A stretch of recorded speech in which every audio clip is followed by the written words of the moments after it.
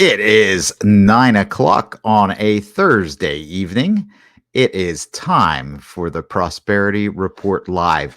We should have a few guests coming in tonight. A guest and one of our regulars, Drew, should be dropping in. We'll also have Justin Konchar, who is one of the Libertarian Party's candidates for the PA House. So he's seeking to represent the Butler area, Butler County, and some of the surrounding areas. He'll be here to talk about some of his ideas and some of his initiatives. So we're looking forward to that. We will also tonight answer some questions from the League of Women's Voters questionnaire. Hopefully that will be a little bit less one-sided than the previous questionnaire that we did for the gun control group. That kind of got tedious. Luckily, the League of Women's Voters does not have quite as many questions as that gun control group had. They, I think, only have 4 questions on their questionnaire versus like 400 for that gun control group one.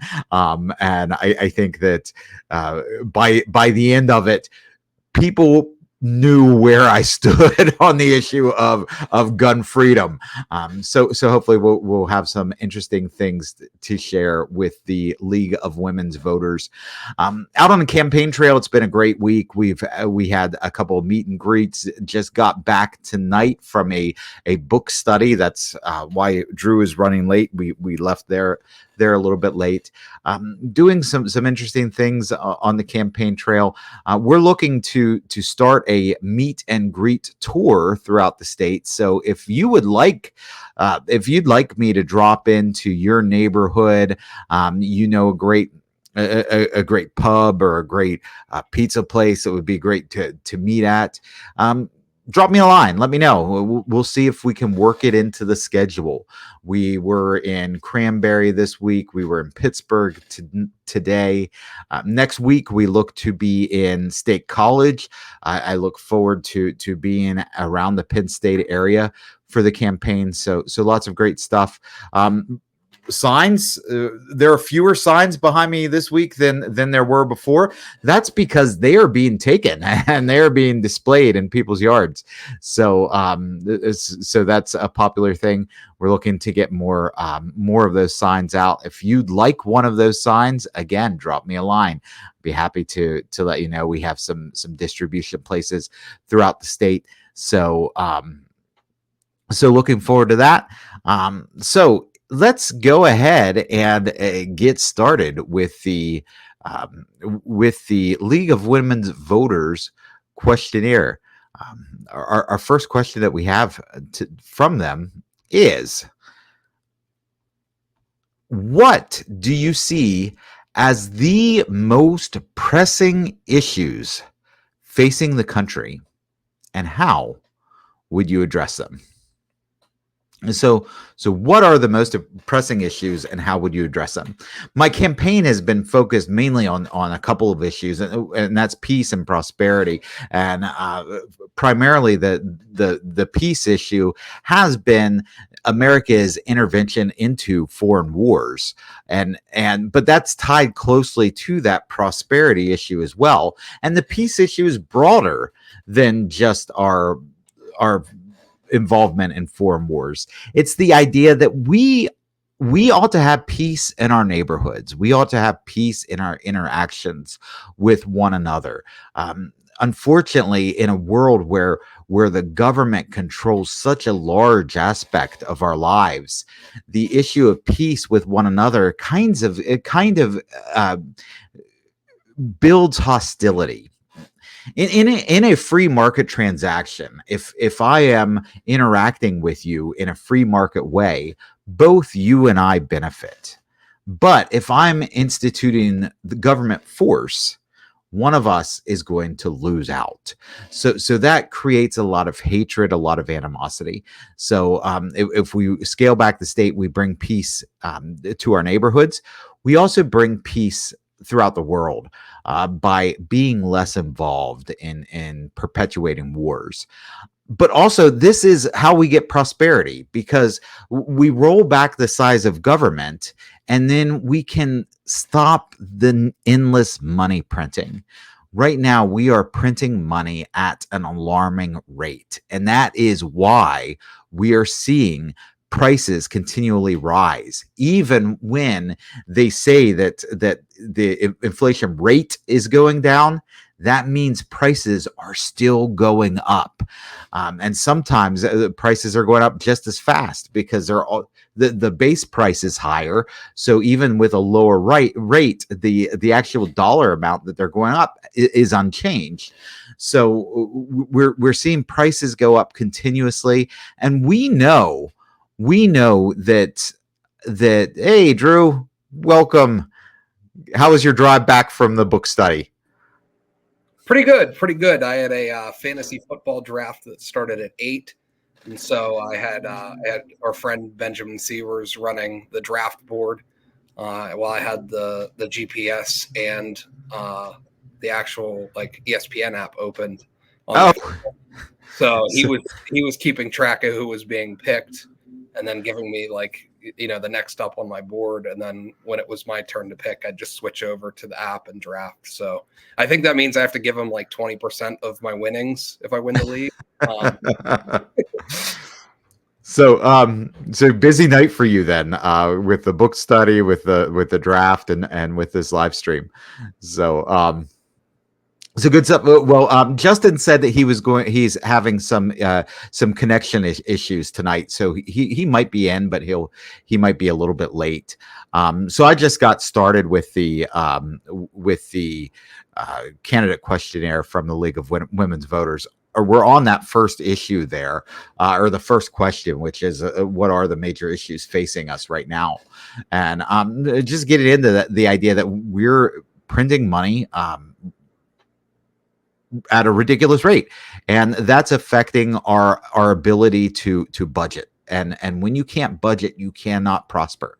I want to see Americans or Pennsylvanians be able to budget again, so that they can save up, so they can afford a home ownership, so that they can afford to have a retirement savings account and not be dependent upon the government.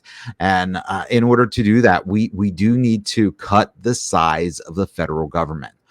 We cut the size of the federal government, people save up a nest egg, and then they don't need the government as much. So it's a win-win situation there. People build up their own nest egg. They don't need the government as much. The government is scaled back, and we have more freedom in our lives. So those are our major issues. The ultimate issue facing us right now as a country, though, is the fact that the United States government is now the biggest government by far that has ever been on the face of this earth, and that's affecting our lives. So just rolling that back is going to be a key issue to help all of us in Pennsylvania. And so, Drew, we asked the first one. You want to go pick up your role from the last time and be the question asker? Absolutely. All right. So next up, what changes, if any, would you support that would help Congress function more efficiently and effectively? All right. This is one of those questions that they have an assumption built into the question, like an efficient and effective Senate is ideal. Whenever I look at the Senate, I see a bunch of people who are in the elite class who want to who want to empower themselves. We all want to feel a sense of power and control over our lives, and the elites in the Senate are no different than the rest of us in that sense. Only they want power and control over other people's lives as well, and making the Senate run more efficiently so that they can control people's lives more efficiently isn't necessarily the ideal way to go about it. Sometimes we need people in the Senate who act as a roadblock, a speed bump, as somebody to slow down that rate of growth. So rather than looking at how we can make the Senate run more efficiently, I would like to see how we can make Pennsylvania markets run more efficiently, how we can make freedom work more efficiently. And a lot of times that means having the Senate not be getting stuff done, just have the Senate roll back the amount of power that it has and let the free market work. Let individuals trade with one another voluntarily without needless and burdensome regulations. So I would work to rather than work to empower the Senate, I would work to try to limit the powers of the Senate. Yeah, absolutely. I mean, if they're not going to be busy cutting things, it's better that they don't do anything at all, honestly. Right. I mean, that's kind of the way to look at things. Right, and if I am the if there's one libertarian in the Senate, based on all of the history that we have leading up to today, we can probably predict that the Senate is not going to be busy cutting things. And here we have Mr. Justin Konchar joining us. Is that your smoking room? I'm actually having an audio issue. I'm not actually hearing anything anyone's saying. All right, so we can say whatever we want about Mr. Konchar right now. He is not going to hear us. Yeah, it's still completely silent for me. I'm sorry, man. All right. Well, Justin, if you want to not listen to anything I'm saying, like I'm talking to you like you're going to hear me, but so one sec, I'm gonna hop it out, see if I can fix what's wrong. All right, great. So yeah, back to what we were saying. It's unlikely that the Senate is going to be busy cutting things. If something happens that there is a great transition in America where we're electing liberty-minded people to the Senate and they are busy cutting things, I think that that they will work efficiently if we see that transformation. But right now, yeah, we want to put as many barriers in their push for growth as we can. Absolutely. I guess we can jump into the next one here. What legislation would you support to protect voting rights and safeguard access to free and fair elections? Elections constitutionally are handled by the states. So this is really a state issue more than a federal issue. So I would protect the rights of states to determine their own laws without top-down mandates from the federal government. And if we do that, we'll see what works and what doesn't work in various states. States can borrow ideas from one another, and I like that. So this isn't really a federal question. If Justin were here, we could ask him what he would do in Pennsylvania, because that's where these decisions are made. Not as a Senate candidate, but as a Pennsylvanian citizen, I would like to see things like voter ID, because a lot of times they say, well, voter ID might prevent somebody who is who is an eligible voter from voting, but it also might prevent somebody who's an ineligible voter from voting. And anytime an ineligible voter votes, that cancels out the vote from an eligible voter. So it's not just it's not just getting as many people, as many humans in the voting booth as possible, or as many bots in the voting booth as possible. It's about actually having legitimate citizens voting. So if every time you went to the polls and voted, let's say there was a bot that would literally vote the opposite of you. No matter what you did, every time you went to the polls and voted, a bot cast a opposite vote as you. would you have any say whatsoever in the government? You would not. So anytime there are illegal votes canceling out the votes of legal voters, then you have a situation where people do not have a say in their government. So putting some restrictions in place actually gives citizens more of a freedom to vote. But as I said, that is a state issue. So I think what we would see if we just allowed states to do that is states would come up with different solutions, and we would see what would work. We would see if California with very lenient voter rolls is becoming an ideal place to live. Right now it's not. Or if other states with more restrictive voting are the states where people are flocking to. Are those the states where people are choosing to live? So we could try that experiment, but we just need to get the federal government out of the way. Absolutely. The last question here asks, how do you view the role of the United States in responding to challenges facing the international community? All right. A lot of the challenges that face the international community are challenges that they're facing because of American intervention. Right now, Europe is facing a huge immigration crisis, and many of those immigrants are coming from the Middle East. Well, what happened in the Middle East in the last 30 years? It hasn't been that America has been leaving it alone. They haven't had a laissez-faire policy to the world. They've been very actively involved. And what has it led to? It's led to a lot of chaos in that area. It's led to a lot of problems, and people try to escape chaos. People try to escape oppression, and that leads to people moving from one area to another. So a lot of that immigration problem stemmed from America involvement. So getting America less involved in the affairs of other countries, let the people of the countries let the people in those countries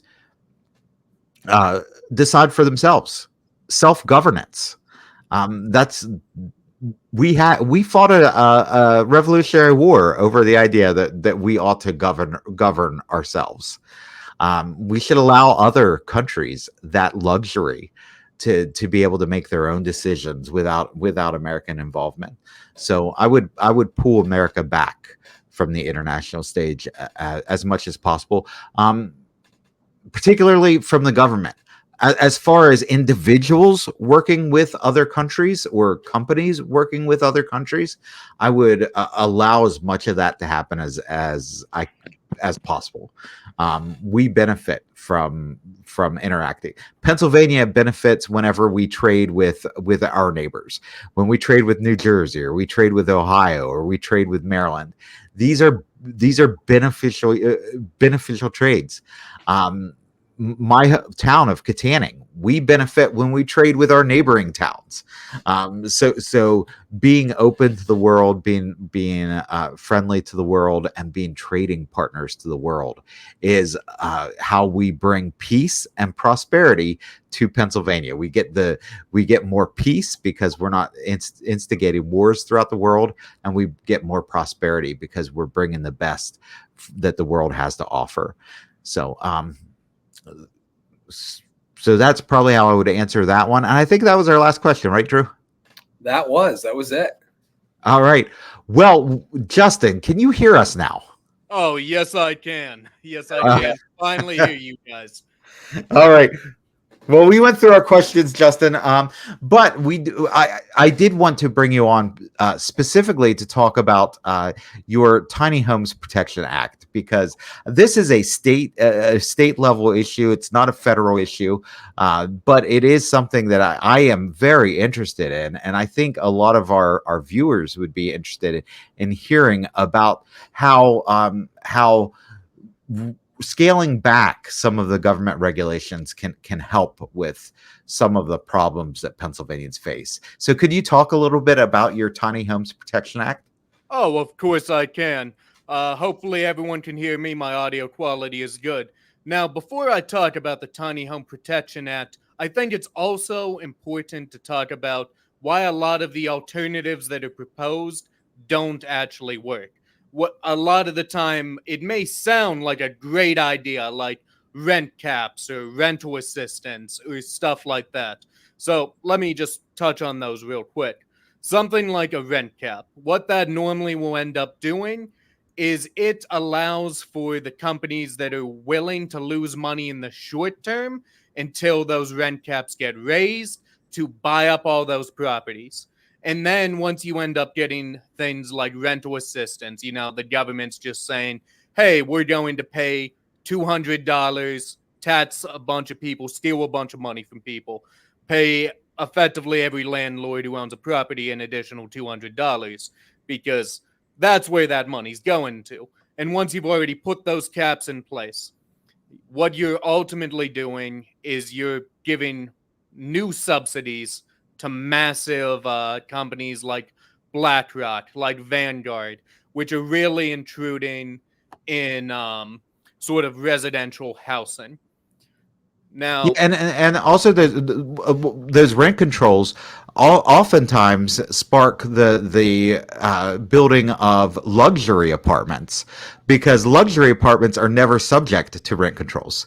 So if I want to be able to charge as much as I want for a rental property and get around rent controls, I can build luxury apartments. But how's that help the 25-year-old who's trying to get out there and make a life for himself? It doesn't. So what we have is housing getting more and more expensive, and then they need those subsidies, right? Those subsidies that you were talking about, because every apartment out there is a luxury apartment that's out of the price range of so many of our would-be renters. oh, without a doubt. And I'll admit that was actually a blind spot for me because despite sitting here in a three-piece suit and a throne, I'm actually pretty broke. So I've never really looked much into luxury apartments. I just have terrible spending habits. But anyhow, what I fundamentally believe is the ultimate goal is to get as many people in their own house as possible, as many people owning their own homes as possible. But the thing is, it's become increasingly difficult. I own my own home, and that just basically came down to a lucky stroke with my family. Most people of my generation, I'm 28, look a lot older, but I'm 28. Most people I know can't even imagine being able to afford their own homes.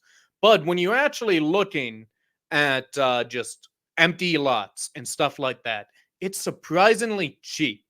In my community, Butler Township predominantly, you'll find dozens, hundreds of empty lots that are like less than $5,000. But the thing is, the cost of developing that property into almost anything is astronomical, definitely out of the reach of anyone. But then you can start looking into affordable owner-occupied housing options. You can look at something where there are basically fold-out tiny homes on Amazon. You can buy that. It's like 200 or 300 square foot for like $10,000. And the fact of the matter is, while there would still be a down payment, of course, and I believe this wouldn't qualify for a mortgage, it would qualify for a personal property loan, a little bit of a higher interest rate, but it would still be immensely cheaper than renting. Now, what the Tiny Home Protection Act does specifically is it bans municipalities from being able to set up minimum square footage laws, from being able to set up needless aesthetic requirements in non-historic districts. So it opens up new avenues for housing. So if you wanted to build a log cabin, you would be able to. If you wanted to put up a trailer, you would be able to. At the end of the day, it would be acknowledging that it's your property. You'll be able to do what you want with it. with two caveats. The first is that it has to be an owner-occupied property. Now, the reason I added that caveat was basically so that it's used with its intended purpose of being starter homes, of actually being homes people live in rather than investment properties. The other caveat is that they would still be an exception in historical districts because, well, I'm not sure how many of these books you can see over here, but a lot of them are either fantasy or history. The thing is, I value history greatly, and I can understand why someone would be a little apprehensive to have a trailer right next to the Victorian manor that's been No, around since 1700. nobody wants a trailer next to their throne room, right? Right, Justin? Oh, believe it or not, I live next to a trailer. I love those people. I think they're great. I wouldn't mind a few more trailers next to me, I'll be honest with you. Well, I must say that whenever my wife and I were starting our family and we're just starting out, we lived in a 14 by 70 trailer. We lived in a very rural area where there weren't these zoning laws, and we had the ability to buy a used trailer. I think it was an 1982 trailer that we got for very cheap, and it was it allowed us to get started and start building that equity that we needed to build our life. And a lot of people live in communities where that's just not a possibility because of government zoning regulations. So this would open up the door to a lot of people to have the same advantage.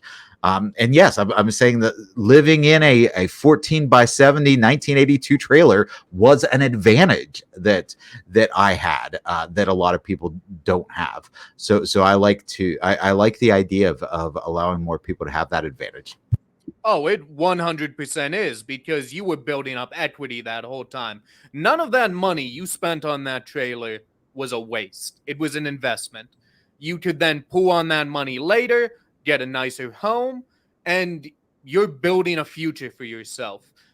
When you're comparing that to, say, renting, at the end of the day, all renting is just, well, it.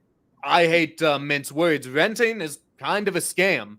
You're paying for someone's mortgage. You're not really getting a whole lot out in the long term beyond your immediate needs. I tell people all the time, all my friends, seriously, save up for a down payment on a home, regardless of whether I get elected. If I get elected, this is going to be a lot easier for them.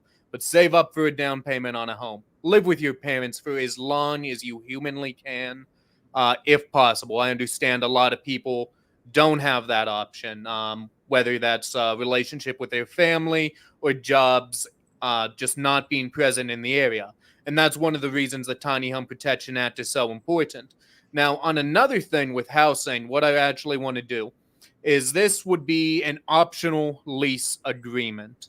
So this would be something that would allow for on-time rental payments to be reported to the credit bureau and for mandate the credit bureau to accept those as a similar manner to how any credit card or any form of loan works, just to help people get housed without having a huge bloated bureaucracy, just relying on our existing privately owned infrastructure.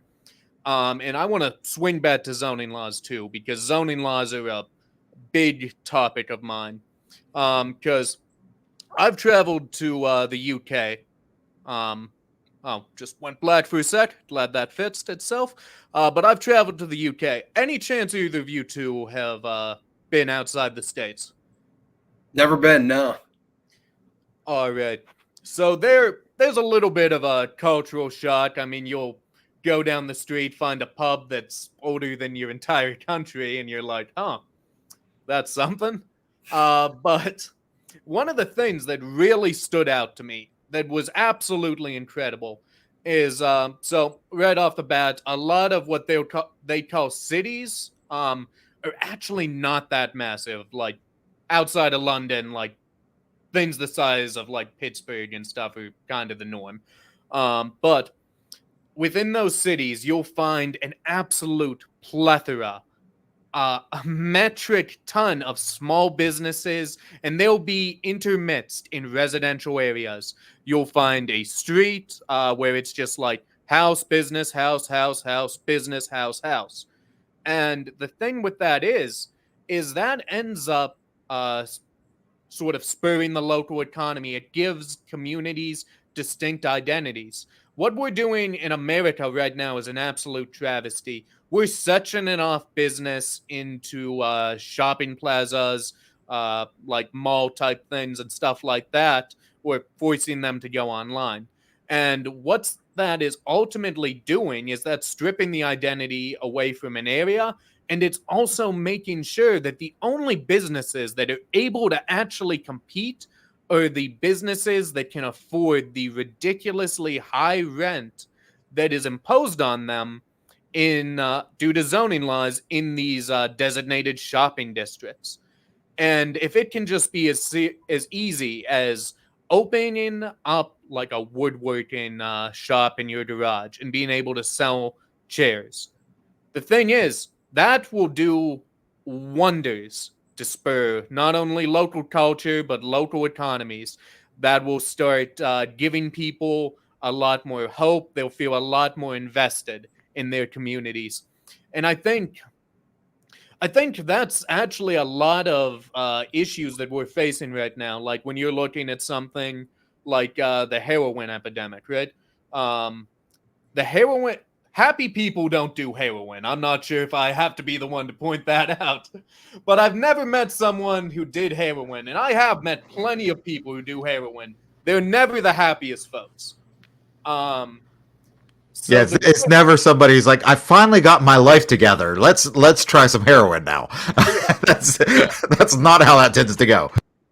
Yeah, normally people who are doing heroin, they're not very optimistic, they're not very happy, they're not very engaged with their community.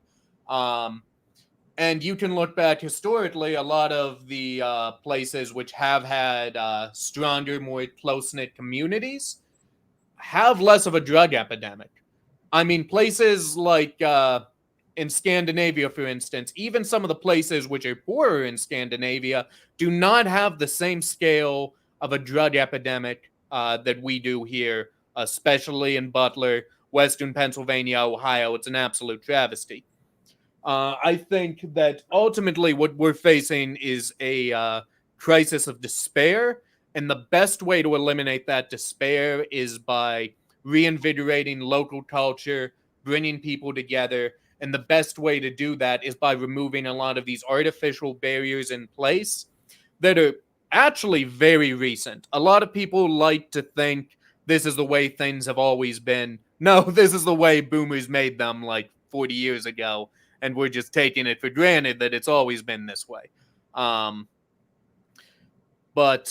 suburbanization, where everything's just an identical house right next to each other, no businesses outside of the shopping malls, that's been absolutely devastating. I would definitely link that to the mental health crisis as well. The fact no one can even, like, young people, basically, in order to interact with people, they have to go online.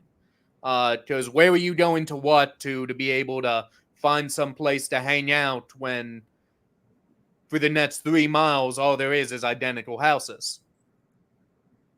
And you also have like the idea of the helicopter parenting and things like that, where people parents are so obsessed with safety and making sure that my kid is constantly watched and supervised and can't let the child out of my sight, that they don't have the opportunities to get out, even if they were in a community where the houses weren't all identical and 3 miles apart.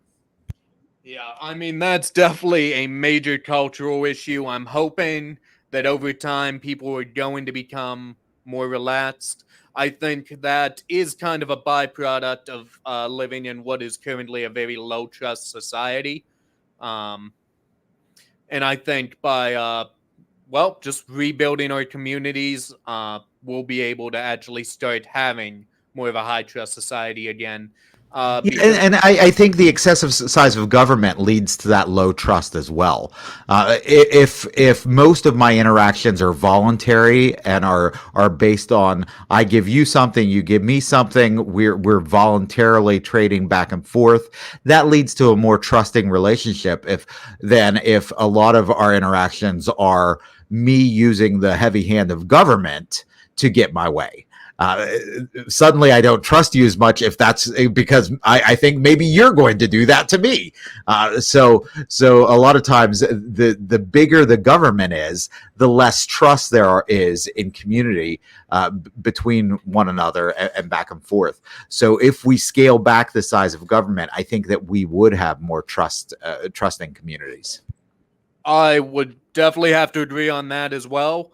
I mean, I am a big proponent of the principle of subsidiarity.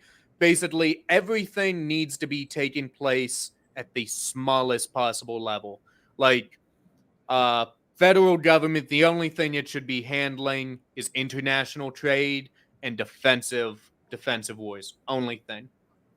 All right, well, Justin, we do have some questions in the chat, so let's get to some of those. We have the question of what is Justin running for? Is he running for Lord of the Manor? I think you already have that title. Yeah.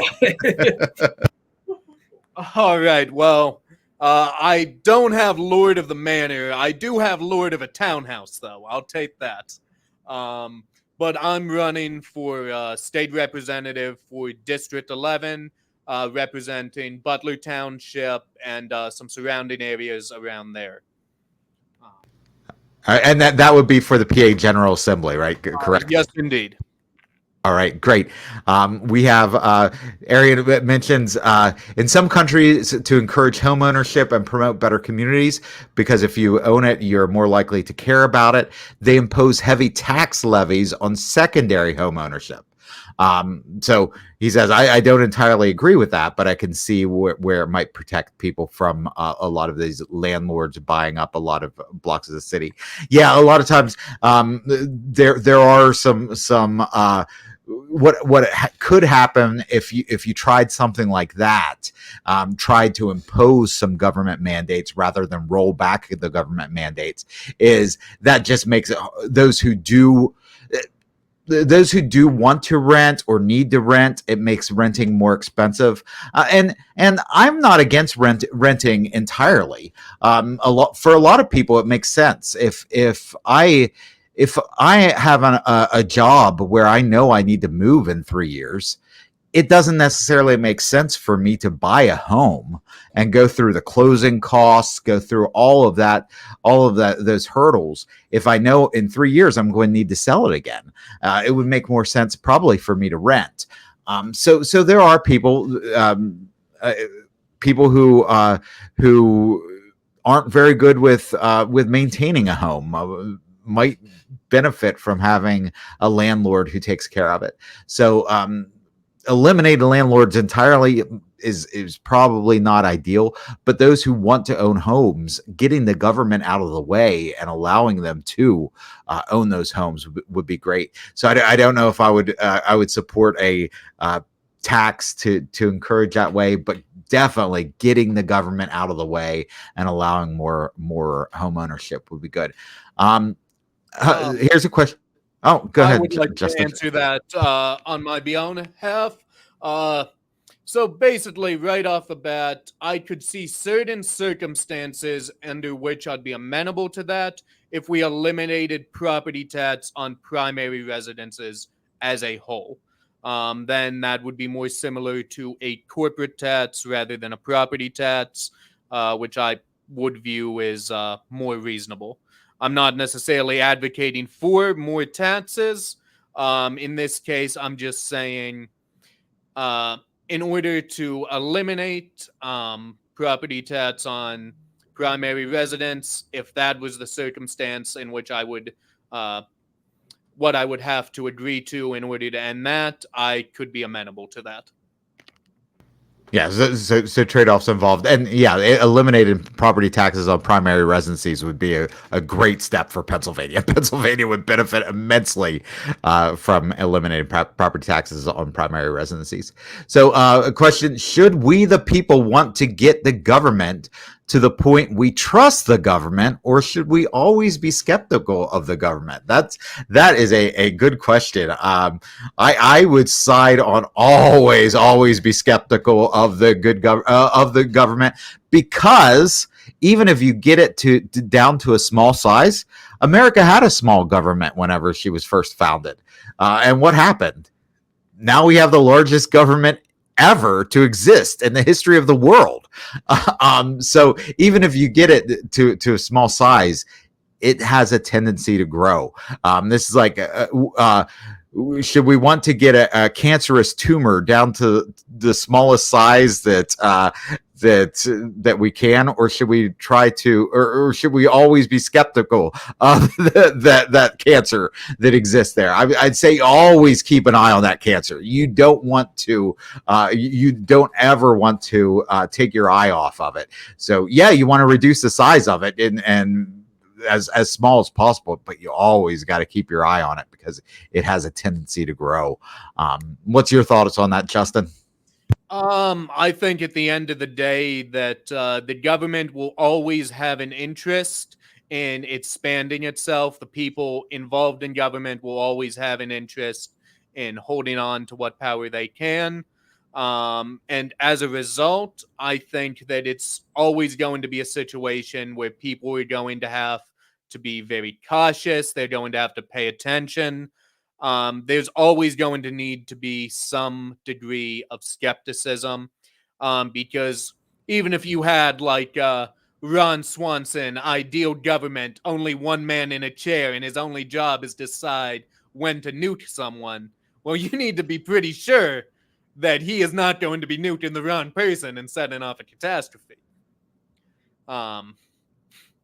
And that's obviously going to be one of the more extreme examples, but it's even true on a local level. I mean, I was talking to someone yesterday at actually John Thomas's event, who was a council member of a local area. I can't quite remember what town it was. Maybe John will actually remember that. But what he found is that the people who would continuously go to the meetings would basically get whatever they wanted from the local government. Even something as simple as, all this road paving money, I'm getting my house paved nearby every year while there's potholes on Main Street. So as a result, there's always going to be a responsibility when it comes to any form of democracy or republic to hold the government accountable and make sure that it's acting in the best interest of the people, not in the interest of just the people who support it, and definitely not just in the interest of itself. All right. So, thanks for stopping in, Justin. We are running up to the end time for tonight. I did want to give a programming note for next week. Next Thursday, Joe, if Joe's still listening, I think Joe is from Florida. I was actually invited to be on the Candidates for Assange podcast next Thursday. So that happens to occur at the same time as this one. So I'm going to jump on that one, and I'll actually be on there with the Florida's Libertarian candidate, Fina Bonone. Maybe I'm saying that wrong, but so I look forward to that, to meeting Florida Senate candidate. So we'll see if we could get that recording onto the podcast version of this show, and have some cross streaming there. But thank you all for tuning in. And yeah, you know her, Joe. Great. So thank you everyone for tuning in. Thanks for the chat comments. It's always great to see comments and questions come in from the chat. And we will see you all next time for the Prosperity Report Live.